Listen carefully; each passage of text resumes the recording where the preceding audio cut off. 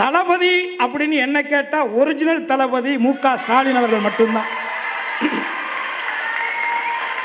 Original தளபதி. என்னுடைய வயதிற்கு நான் இந்த சென்னையிலே பார்த்த பழகிய ஒரு பண்பாளர், ஒரு மனிதநேய மிக்கவர் என்னுடைய தளபதி மு.க. ஸ்டாலின் அவர்கள் என்பதை அழுத்தம் திருத்தமாக சொல்வதற்காகத்தான் சொல்லுகிறேன். ஃபார்மாலிட்டி, ஒரு நடிப்புக்காக, பகட்டுக்காக, அரசியலுக்காக பழகுபவர் அல்ல. அவருடைய சுபாவம் அது அல்ல என்பதை அறிந்தவன் என்கின்ற காரணத்தினால் நான் சொல்கிறேன். நான் சவாலிட்டு சொல்லுகிறேன், அது எந்த கட்சிக்காரராக இருந்தாலும் சரி, எவ்வளவு பெரிய அறிஞராக இருந்தாலும் சரி, நான் இந்த மேடையின் வாயிலாக இந்த உலகத்தில் இருக்கக்கூடிய அத்தனை அறிவுஜீவிகளுக்கும் நான் கேட்கக்கூடிய ஒரே ஒரு கேள்வி, மும்மொழி கொள்கையை நீங்கள் ஏற்றால் உங்களுக்கான நிதிகள் விடுவிக்கப்படும் என்று சொல்கிறார்.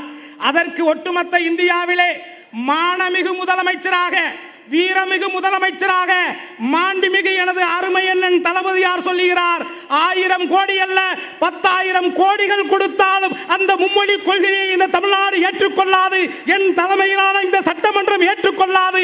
இது அன்றைக்கு அண்ணா அவர்களால் உருவாக்கப்பட்டு கலைஞரால் வழிநடத்தப்பட்ட இருமொழி கொள்கை மட்டும்தான் இந்த மண் உள்ளவரை நான் உள்ளவரை என்று உறுதியிட்டு சொன்ன ஒரு பெருமைக்குரியவர் யார்? மாண்புமிகு தளபதியார் அவர்கள் என்பதை யாரும் மறந்துவிடக் கூடாது. ரவி என்பவர் ஒருவர் தெரியும். அந்த ஆளுநரில் இருக்கக்கூடிய ஆளுநர் அவர்கள் என்னென்ன செயல்பாடுகளை இந்த கடந்த காலங்களில் என்னென்ன கூத்துக்களை நடத்தி கொண்டிருந்தார் என்பது உலகம் அறிந்த உண்மை.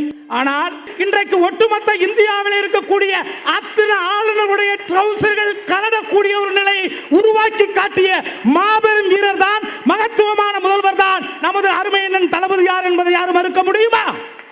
உண்மையை சொல்வதற்கு எனக்கு என்ன பயம்? உண்மையை உறக்க சொல்வதற்கு எனக்கு என்ன பயம்?